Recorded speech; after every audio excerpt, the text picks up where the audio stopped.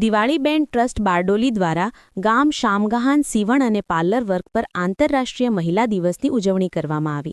એમાં અલગ અલગ સાંસ્કૃતિક કાર્યક્રમો, આદિવાસી સોંગ, ડાંગી ડાન્સ, તમિલ ડાન્સ તેમજ બ્યુટી પાર્લરની બહેનો દ્વારા ફેશન શો કરવામાં આવ્યો, જે આકર્ષણનું કેન્દ્ર બન્યું. હવે આદિવાસી વિસ્તારની બહેનો પણ પાછળ નથી. હવે દરેક ક્ષેત્રમાં બહેનો આગળ આવવા માટેના ઉત્તમ ઉદાહરણો પાડી રહ્યા છે. તાલીમાર્થી બહેનો પગભર થાય, આત્મનિર્ભર બને તે હેતુથી સીવણ અને બ્યુટી પાર્લરના આગળના બેન્ચના પ્રમાણપત્રનું વિતરણ કરવામાં આવ્યું. આ કાર્યક્રમમાં મહિલા જૂથના કોર્ડિનેટર નૈનાબેન કોટોમદ્દર, ચેતનાબેન ભૂરાપાડી મહિલા મંડળના પ્રમુખશ્રી, પ્રભાવતીબેન શામગહાન, વંદનાબેન ભાપખલ, એલિશાબેન સુપધાડ જેઓ દિવાળીબેન ટ્રસ્ટમાંથી સીવણ શીખીને પોતે પોતાની શોપ તૈયાર કરી આત્મનિર્ભર બન્યા છે.